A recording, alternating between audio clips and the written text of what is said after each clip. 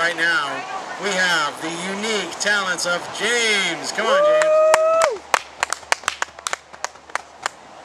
James, you don't want to drum, do you? Or you want to drum? I don't want drums, but if you do drum, you know, it'd be like... This is called food conspiracy. Yes. Hot roasted rye, frozen potato, lukewarm drippy wonder, lube it up. None of that vegetable oil butter laxative substitute. This is Pillsbury Doughboys. Wet nightmare, as they say in the baking business, an erotic cake. Don't touch that dough, you albino chef hat wearing, masked out of high quality laziness. This whole thing was bred into you, wasn't it? Why not spice things up? New jalapeno cheese, dick! You think you're so sweet, cookie dough? That's why you're more like sweet bread. Why aren't there rye cookies? Too many damn crackers, getting all wet in the artichoke dip jacuzzi. Stupid glutinous rash enthusiasts. That damn doughboy, he just keeps laughing it up like we're the mindless consumer. That degenerate sandwich creator going out of his way to jerk off into our sauerkraut. Such a freak. It's gonna be a meltdown. Graham cracker genocide. Gotta take out that fudge, holding together with the blood of Stay Puft marshmallows. This is clearly a conspiracy. Masonic blood of Wonka ordeal. Oompa Loompas aren't real, not even fictional. They were just dwarves with an over-exuberance of carotenoids in their blood. Even still, you don't see the shadow government of Twix rivaling itself, taping people's faces shut, dropping innocent dogs and mind-altering drugs in the mix. Why, this whole confounded industry is twisted with the ritual cannibalistic M&M people. They just live to be chopped up and eaten. We just want food that knows it's going to die. We want to feel it. This is wrong, but it's so right. After all, the shadow government has to offer is pretty RoboCop-esque. Have to keep the anti-candy prohibition up. How's that black market to function? We can't let those bullets go to waste. I mean, come on, chopping down all the trees will take forever. Why not just burn them? I mean, who says there needs to not be mutual destruction? We'll have candy people on candy people violence. A warped, twisted entertainment to be seen from underground dungeons by the bored government officials, tying each other up with American and Canadian and, you know, all these other flags. Dressing up as Stalin and Mussolini, running around playing grab-ass with Pol Pot.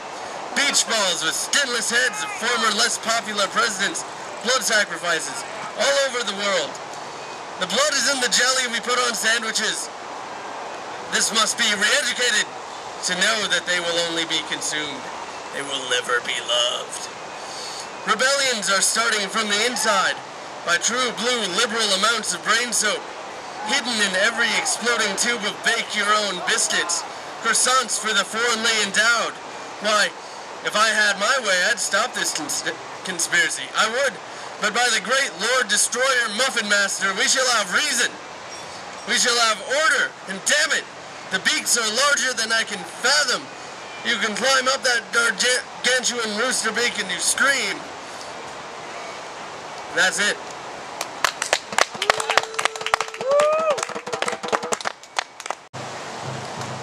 It is I, James Otter. And I'm going to take you people who randomly walk by and possibly stand here on a journey. We were headed south down the interstate, though the wind was blowing north.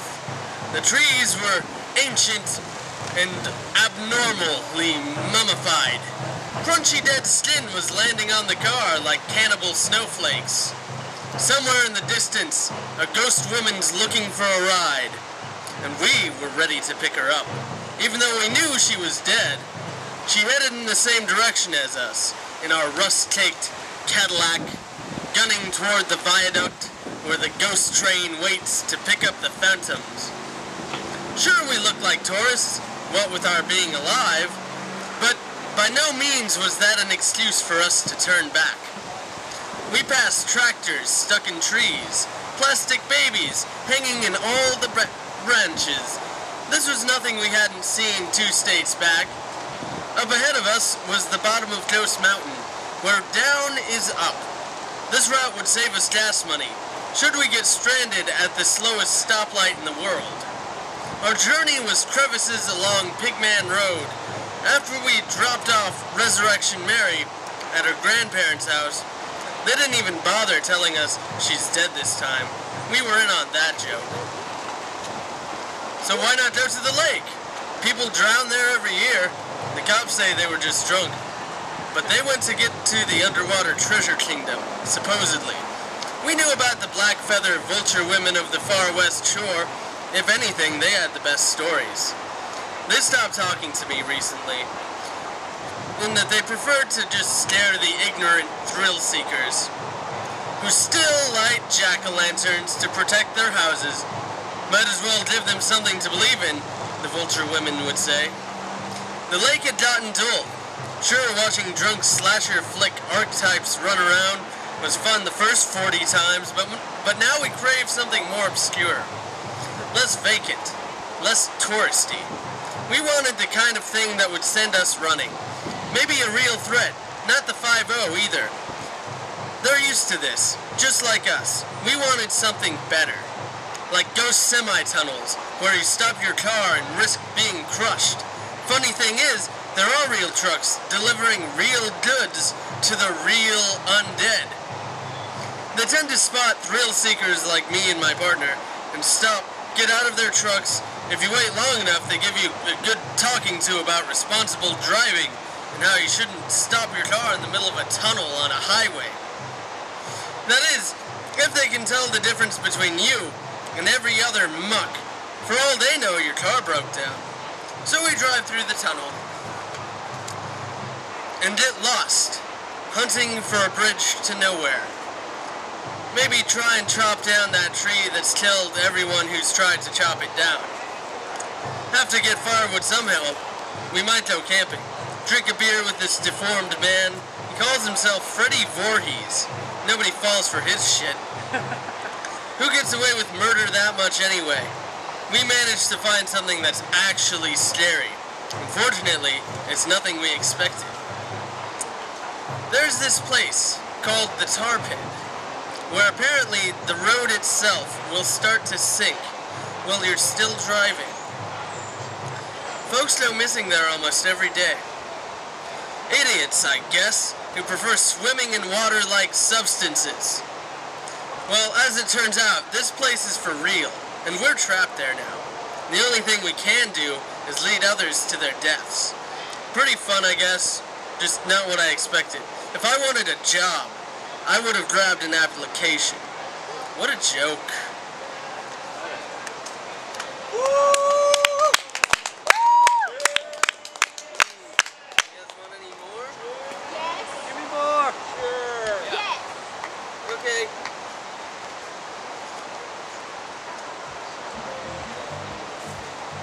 How's Picalus sound? Yes, that sounds amazing. What? Okay. Yeah, I'm not trying to step on anybody's feet. Alright. We had left our boring 4-bedroom houses. We don't like how avoidingly empty they be. So, we're gonna berth a pickup truck. Drive around the West Coast picking up the best stuff. We'll collect turtles and mattresses, big screen TVs, garbage, not junk thrown out, just garbage. The cravings aren't enough for us. The pica virus has us. We don't want to taste real food, not when there's paper, a million books, newspapers, bricks. It's all protein somehow. Maybe if we think hard enough, it will be. We will be able to cope with the fact that, screw coping, we live it.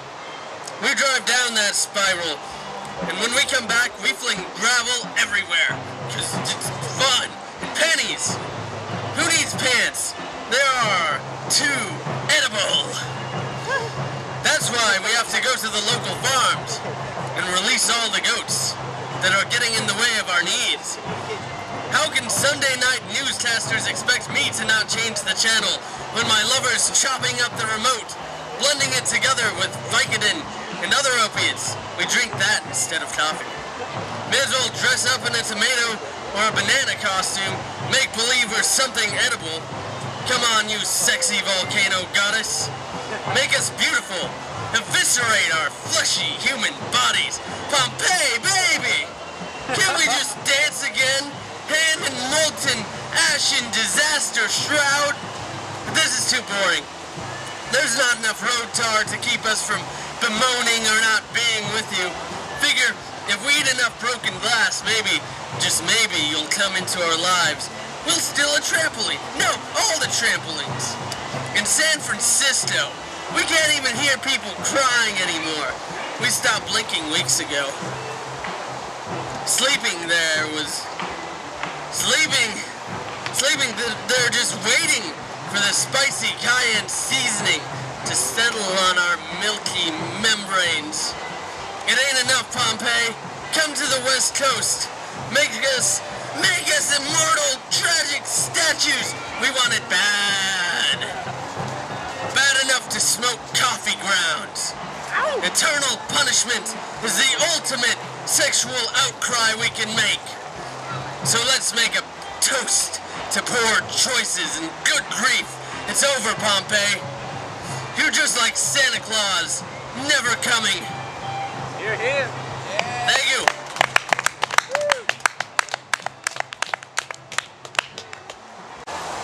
Alright. This one's all about discarded. Nah, you'll find out.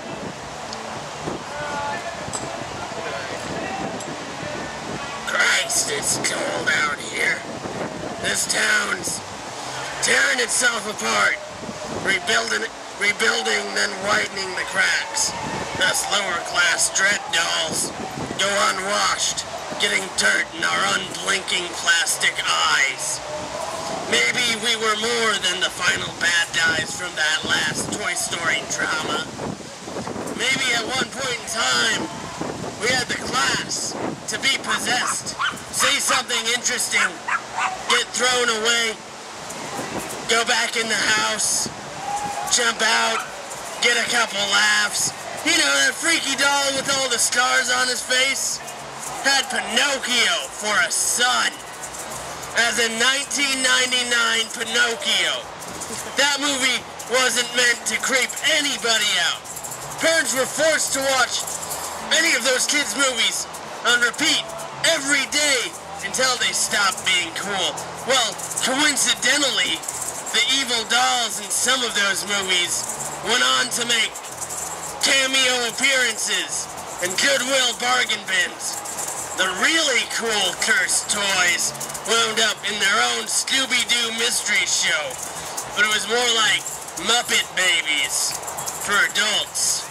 Only everybody did it. This is insanely hard to do one-handed. Stop complaining. Stop heckling, heckler! After the puppet master died or was defeated 7, 8, maybe even 9 times, he went back to his shop and decided puppets were just too 80s. It's about Legos and Duplo blocks, things that stack themselves up and wait for bare feet. Kids these days don't get it. Your toys are alive, and they do not appreciate it when you don't wash your hands, you filthy mongrels. Call yourselves children? More like shaved baboons. Thank you very much.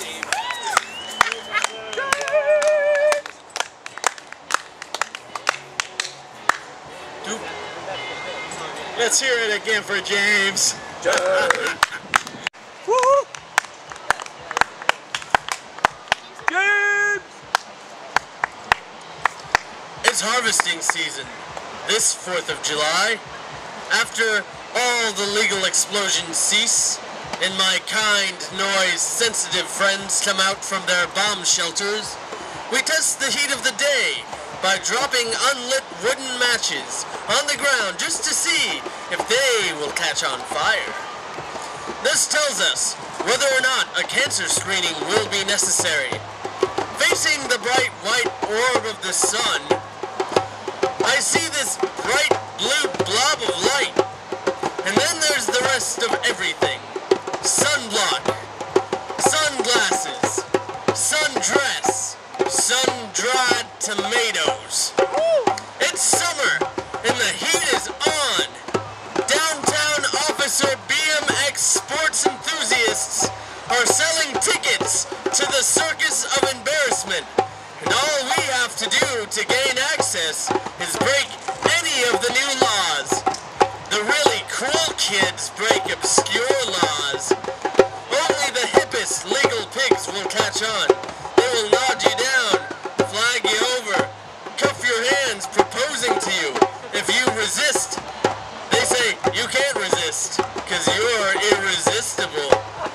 So my friends and I watch this circus, with crowds of inebriated, abusive, incestuous, transgender, semi-aquatic Uncle Sam's floating down the rank, cataract-issuing river. It gives me this warm feeling of patriotism. I managed to catch a flock of the drunk ones parading around Stars and Stripes latex paint pants. America should show its true colors all across the river, at least some part of it. Uncle and aunt and sister, brother, Sam can form it. A few odd cosplayed statues of liberty join us. It's a day of freedom of expression, as long as that expression can emphasize just how full metal nationalist we are. So, we steal a bunch of food dye, and every kind of red, white, and blue paint as well. 50 of us flash mob our way through some Home Depot, one for each state of the union, explaining that we have to paint our homes special for the occasion. Homeland Security is brought in on the scene. They threaten the desk clerks, warning them that we as Americans have the right to own all the red, white, and blue paint, along with all the stars that glow in the dark. You see the ones that glow in the dark that you put up on the ceiling. Meanwhile outside, the Confederate flag-wearing toga Nazis were waiting outside for us. Obviously, they wanted to paint too, but we had it all.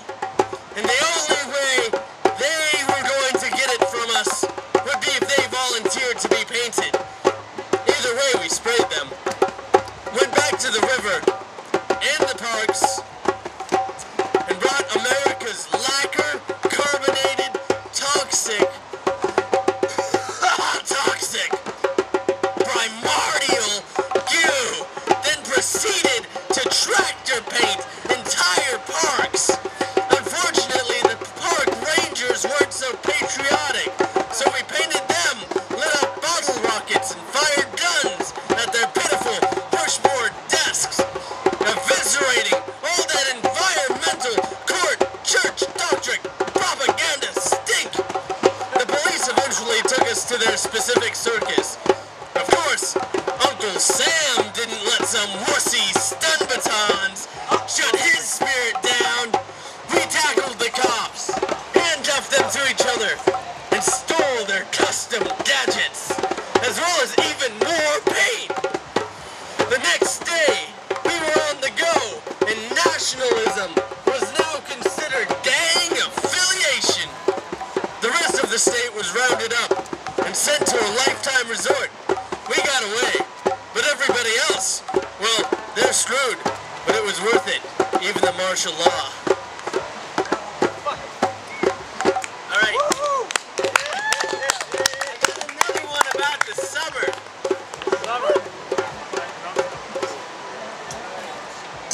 Dude, I heard that yelling into the mic and I knew it was you. I was like, I think I hear James on. Okay, are you guys, hold on. One second. Do it. Go crazy. Summertime and the living is inappropriate for children. Open-toed shoes should be banned. They're making us all into Tarantinos. It's plain wrong. The way those two ground hands are just staring me in the face like a handful of obscene grapes. It's disgusting. Wrong. Wrong. Why don't we have summertime polyurethane suits? In fact, they should be Bambi-shaped. That movie is totally appropriate for kids. We can't be exposing our nasty parts. Heaven forfend. We go to the bathroom naked. We need some kind of tube that only professional blind and numb doctors can install. Religion knows best. I mean, Jesus was way too scantily clad. He needs a robe, that ornery heretic. Ooh. With his all-knowing, seeing, voyeuristic, avian, hybrid, pervert man. Why, they should be wearing corsets, cover their flappy abs. This is a crime against nature. Why do they have wings? Bird fuckers, that's why. Santa is creepier than hell. Last time that fat old goose broke into my house, my television was missing. And there was pornography everywhere. Even Scrooge is wrong, eating bad cheese and hallucinating. Burgard. Pillars of salt even kind of look like dicks. What about the children? The innocent children? Who do they think they are? Being born naked. It's a crime against nature. Why, when I was a kid, I was born fully clothed. In fact, I looked more like a sock puppet than a person. That was appropriate. And hands? People should wear mittens. Cover up those phallic sausage sin manglers. By God, what's happening to the state of things? Tempting me to interact with the world. There needs to be nerve reduction surgeries. Feelings are molesting my senseless body with thoughts and vibrations. It's like the devil snuck inside all of our brains and tempted us to look at each other and hear words. Oh my God, I'm sitting. This is hell, isn't it? This has to be hell. There is no other explanation. Why, even in heaven, everybody is dead. And that's also a crime against God. What can I do? Even nature wants to make everything so perverted, masturbationist. Everything is so wrong. At least we have motor oil and lakes, but those look like nasty, earthy pools of blue blood. Screw it. I'm never opening my eyes, and I am wrapping my head in the holiest, most sacred duct tape. I won't think about how duct rhymes with fucked. Oh God, a word. But not to you. Please swear, please spare me. I didn't choose this.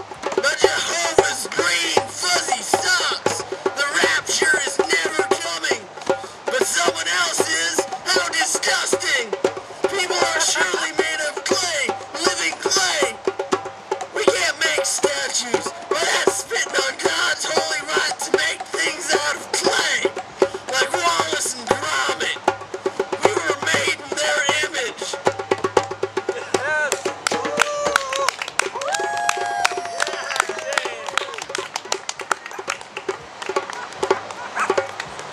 That was Rockin' with James. Let's give it up again for James.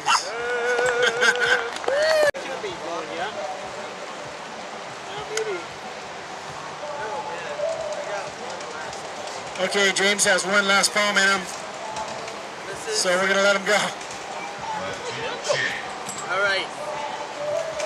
This is one of my many things against fucking network television. Because network television has no spice. Thus, it is lifeless, with radio static personality. Relation between viewer and producer is distant at best. Scripted situational dramedies are even further off the map. That is mano y mano agony. Rarely in real life do the arguing roommates suddenly have a main character pop into the room with recorded laugh tracks. I actually consider those to be a red flag. Children screaming like banshees, now that's more like it. That's more real life. Or drunken, oi, oi, oi! Oi. The Travel Channel is kind of like seeing everything I will never be able to do. Top 10 or 100 best hotels in the world is just plain ignorant and unrealistic to my way of life. Lower class citizens would do well to have a top 100 mediocre off-road motels. Why isn't that a show? Shamings, popular enough. Can't us lower class cockroaches have a chance? Maybe present the viewing audience with a dose of AMC grade drama? Why not a reality show about how to get on a reality TV show? With no editing and all the vast realizations of the underpaid actors forcing desperate people to compete for $1 million or even 100,000 is kind of like throwing a bread crust in between two chickens. Certainly the alpha chicken gets it. But the organizers are the ones who really decide which chicken gets starved more. Just like the producers decide whose will to crush. Worse still, there is no second prize. Not even a new home. Not even a new house! The winner is hated. The losers look like villains. With enough editing and splicing. I don't hate television, just the reality TV. It's a compelling lie, but still not good enough to keep me watching.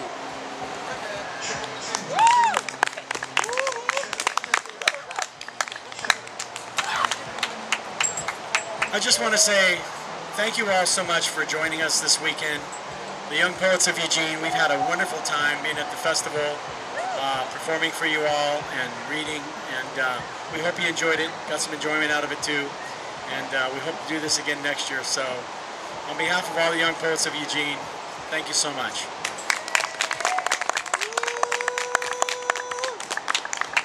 Get out of here!